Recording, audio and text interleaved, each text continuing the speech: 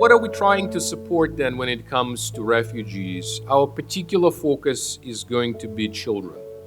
And it's going to be a focus during the war and also post-war, because we're thinking that the rebuilding of Ukraine is going to take decades. I mean, I kid you not, it is going to take decades. Meet Yuliya Matsuy, who was a colleague of my brother's and was an IT engineer that was working on one of his projects, who found herself in a situation of having to flee the country. Her husband is actually presently fighting. He presently is in the defense force. He didn't have to be, but again, he enlisted as a volunteer.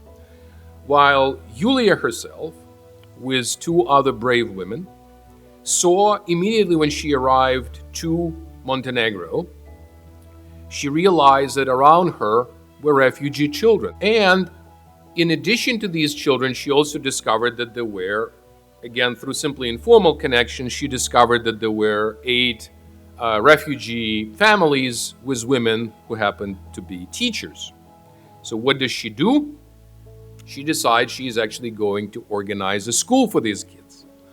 And the reason, of course, that's important is because the kids, as they crossed the border, went into this mode, again, of not speaking to others, or actually very much wanting to share what they've experienced. And some of them come from these very, very, very, heavily shelled and heavily damaged areas, which of course also means a damage on child's psyche.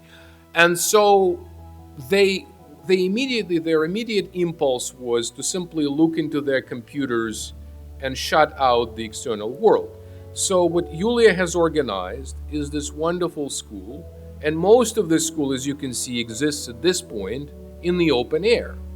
Now, this might look idyllic, but obviously the weather is not always conducive to being able to study in the open air. So in this case, they're ingeniously using a dancing studio.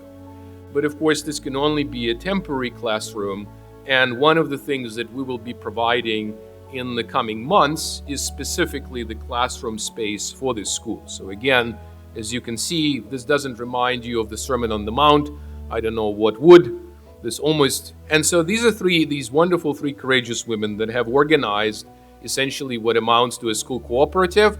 The beauty of this is that you give structured time to kids that actually absolutely need to channel right now their emotions, their thoughts. And as you can see, they're drawing a lot, and that's important, and that's a good thing. So for example, this boy is writing down the word Ukraine as his young soul is processing what's happening. So you're giving structure to children, but you're also giving employment and dignity to these part-time teachers.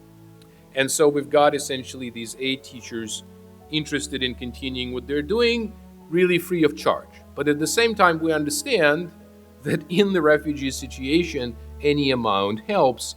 And so we will be, our projection is that the school will need $10,000 a month for the next 3 months.